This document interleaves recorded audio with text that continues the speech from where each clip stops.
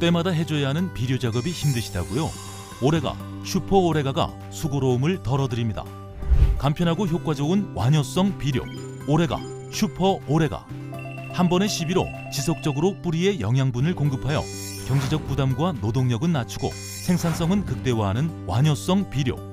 한 번의 시비로 농사가 완성되는 경제적인 비료 오래간다 오레가. 남해화학 오레가, 슈퍼 오레가. 여러분 안녕하십니까? NBS 뉴스 24입니다. 동남아 시장에서 우리 농산물의 인기가 높아지면서 한국산인 것처럼 표기된 중국산 짝퉁 농산물이 판을 치고 있습니다. 저렴한 가격을 내세워 현지 소비자를 현혹하고 있는 겁니다. 네, 이로 인해 우리 농산물에 대한 이미지 훼손과 농가 피해가 우려돼 정부가 대응에 나섰습니다. 손현진 기자가 보도합니다. 태국과 베트남 시장에서 판매되고 있는 중국산 농산물입니다. 그런데 포장 박스에 한국배라고 표시돼 있는가 하면 엉성한 한글 표현도 적혀 있습니다. 우리나라 수출통합조직이 운영하는 공동 브랜드 포장 디자인을 도용한 사례도 있습니다. 대부분 우리 농산물 가격에 비해 최대 3분의 1 수준으로 저렴한 중국 상품들입니다. 최근 이처럼 한국산으로 둔갑한 중국산 짝퉁 농산물이 급증하면서 해외 시장을 공략하는 국내 농가들의 피해가 우려됩니다. 해외 소비자가 저품질 중국 농산물을 한국산으로 오인하게 되면 장기적인 이미지 저하로도 이어질 수 있습니다. 이에 농림축산식품부는 18일 수출 농가의 피해를 막기 위한 대응 방안을 마련해 추진하겠다고 밝혔습니다. 무엇보다 한국 식품의 인기가 높은 태국과 베트남 시장에서 한국산을 구별하기 쉽도록 하겠다는 방침입니다. 현지 유력 매체를 통해 원산지를 잘못 표기한 사례를 알리고 한국 농산물 공동 브랜드를 적극 홍보하기로 했습니다. 대형마트 매장 진열대에는 태극기와 공동 브랜드를 부착하고 원산지를 알려주는 QR코드 배너를 비치해 소비자 인지도를 높일 계획입니다. 동남아시아에 있는 사람들이 이제 우리 거를 고급으로 생각하고 사 먹어야 되는데 이제 중국산 같은 거에 이제 현혹이 돼가지고 잘못 사보면은 결국 우리 수출에 이제 저해가 되잖아요. 그런 부분에 있어서 이제 결국 이런 게 우리 농가들한테 피해가 될 수 있다 이렇게 저희들은 본 겁니다. 해외 시장에서 우리 농산물 브랜드를 보호하기 위해 추진 중인 공동 브랜드 상표권 출원은 확대됩니다. 지금까지 5개국에 출원한 배와 딸기 공동 브랜드는 올해 6개국과 7개국에 각각 선보일 예정이며 버섯 공동 브랜드 K머신은 8개국에 첫 출원하기로 했습니다. 이 밖에도 농식품부는 생산자와 수출업체가 수출 최저 가격 제도를 운영하면서 고품질 농산물을 일정 수준 이상 가격에 수출하도록 지원해 한국 농산물의 프리미엄 이미지를 구축해 가겠다고 강조했습니다. MBS 뉴스 손현진입니다. 농업용 면세유, 자격농지 양도소득세 경감 등 농업 분야 조세 지방세 감면 혜택들의 일몰기한이 올해 말로 다가왔습니다. 해당 감면 혜택들이 일몰될 경우 농민들의 영농 부담은 만만치 않을 전망인데요. 이에 국회에서는 일몰기한 연장 움직임이 나오고 있습니다. 강창호 기자입니다. 농업용 면세유 등 농업 분야 조세 및 지방세 감면 혜택들의 일몰기한이 도래해 농업계의 우려가 높습니다. 이에 국회는 세제 혜택 연장을 추진하고 있습니다. 농업용 면세유, 자격농지에 대한 양도소득세 면제 등이 올해 12월 31일로 일몰될 예정입니다. 귀농인이 직접 경작 등을 목적으로 취득하는 농지 임야 취득세 등 올해 말 일몰되는 지방세 감면 혜택들도 적지 않습니다. 우선 농업용 면세유 제도 일몰이 우려되고 있습니다. 농업용 면세유 제도는 농업 경영비 부담 경감을 목적으로 1986년부터 도입됐습니다. 2020년 기준 면세유 공급량은 14억 1천만 리터에 달합니다. 면세유로 인한 영농비 절감 규모는 6,830억 원 수준입니다. 농민들은 현행법에 의해 실질적으로 장기간 농작물을 작용하여 온 농지를 양도하는 경우에도 양도소득세의 100%를 감면받고 있습니다.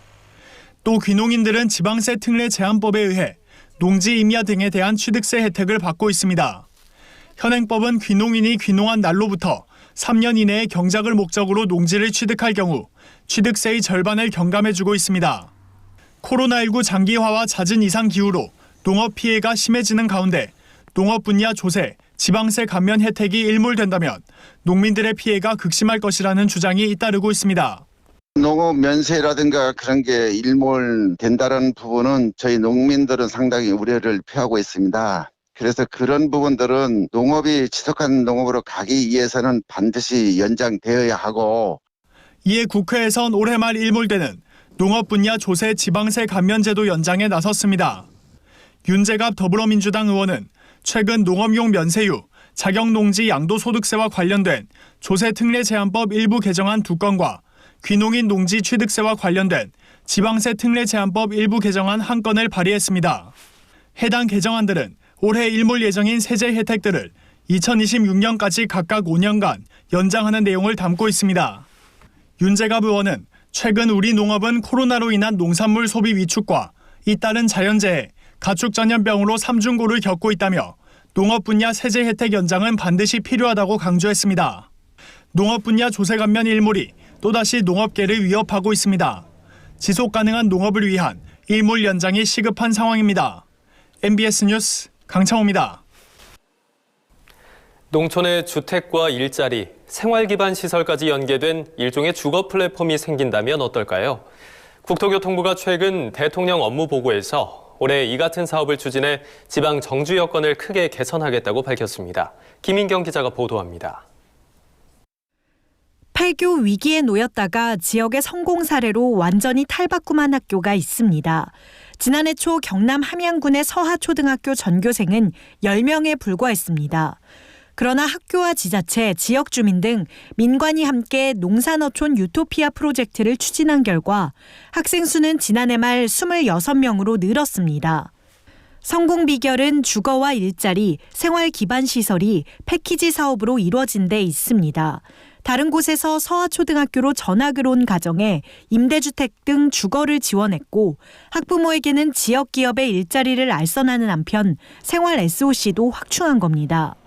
조용했던 농촌마을엔 활력이 돌았고 학생의 부모까지 이주하며 인구가 늘어 농촌마을이 다시 살아나는 선순환 구조가 만들어졌습니다. 국토교통부가 이 같은 성공 사례를 올해 대대적으로 확대 추진합니다. 국토부는 최근 대통령 업무 보고에서 지방 중소도시나 농산어촌에 주거 플랫폼을 지역 맞춤형으로 공급해 지방 정주 여건을 개선할 계획이라고 밝혔습니다.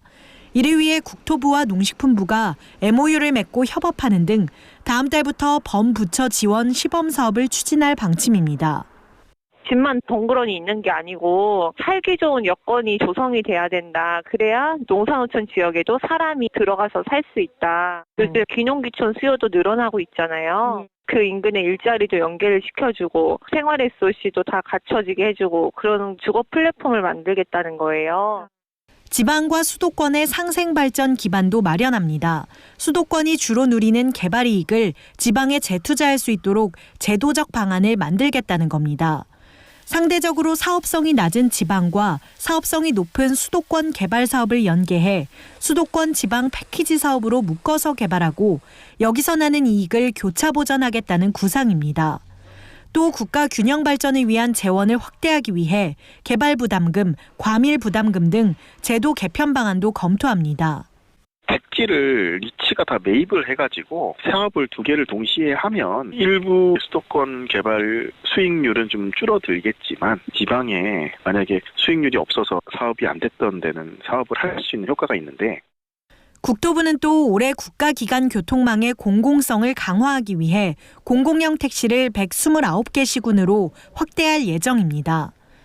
정부가 제시한 청사진대로 개발이 교차 보전을 통해 지방과 수도권이 상생 발전하고 주거 플랫폼이 지역 맞춤형으로 공급되면 현실로 다가온 지방 소멸 위기를 슬기롭게 극복해낼 수 있을지 기대됩니다.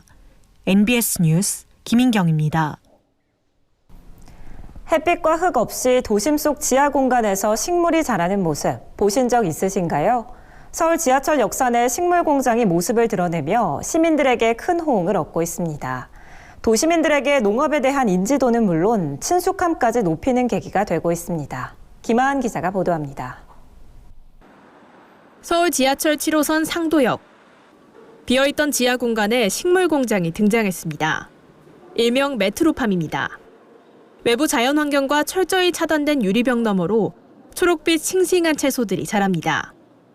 농촌진흥청이 개발한 식물공장은 LED 조명, 온도와 습도, 배양액 조절을 통해 24시간 365일 최적의 생육 조건을 유지하는 미래형 농업입니다. 외부 환경의 영향을 받지 않아 미세먼지나 토양오염 걱정 없이 친환경 농산물 생산이 가능하고 단위 면적당 생산량도 기존 일반 시설 재배 대비 40배 이상 높은 것으로 나타났습니다. 메트로팜 안에서 그날 수확한 채소는 샐러드나 음료로도 판매되고 있어 시민들에게도 큰 인기를 얻고 있습니다. 또 예약을 하면 재배 수확 과정에도 직접 참여할 수 있어 도시 어린이들의 채소에 대한 거부감을 없애는 동시에 농업에 대한 친숙함까지 높이는 계기가 되고 있습니다. 지하철역 안에 식물을 기르는 곳이 있어서 신기하고 식물이 이렇게 많이 있다는 걸 보고 재밌었어요. 한편 농진청은 정보통신기술과 농업이 만나 탄생한 식물 공작이 생산성 향상과 생산비 절감 등 국내에서 성과를 내고 있다며 기후가 척박한 남극이나 사막 국가에도 기술을 수출할 계획이라고 밝혔습니다. 인공적인 환경을 조성해서 하는 것이라 보니까 장소의 구애를 받지 않는 게 저희가 가장 큰 목표거든요. 사막에서 남극까지 극한 환경에서도 식물을 재배할 수 있는 환경을 만드는 게 저희들 목표죠. 지하철 역산의 유휴 공간을 활용해 만든 도심 속 식물 공장. 농촌에 직접 가지 않고도 도시민들이 농업을 체험할 수 있는 기회를 제공하며 도시와 농촌의 거리를 좁힐 것으로 기대됩니다. MBS 뉴스 김하은입니다. 우리나라의 고령화 속도는 세계에서 가장 빠른 수준입니다. 전문가들은 20년 뒤엔 국민 3명 중 1명이 노인이 될 것이라고 예측했는데요. 노인 빈곤율도 OECD 평균보다 3배가량 높은 상황이어서 고령화 대응책이 시급한 상황입니다. 보도에 남수지 기자입니다. 경제협력개발기구 국가 중 고령화가 가장 빠르게 진행되고 있는 나라는 한국인 것으로 나타났습니다. 한국경제연구원에 따르면 최근 10년간 한국의 65세 이상 고령 인구는 매년 4.4%, 약 29만 명씩 증가하고 있는 상황입니다. OECD 평균인 2.6%의 2배 수준입니다. 한경연은 2048년엔 노령 인구가 전체의 37.4%를 차지할 것으로 예측했습니다. 한국이 전 세계에서 가장 나이 든 나라가 되는 겁니다. 하지만 더 큰 문제는 노인 빈곤 문제입니다. 지난 2018년 한국의 노인 빈곤율은 43.4%로 조사됐습니다.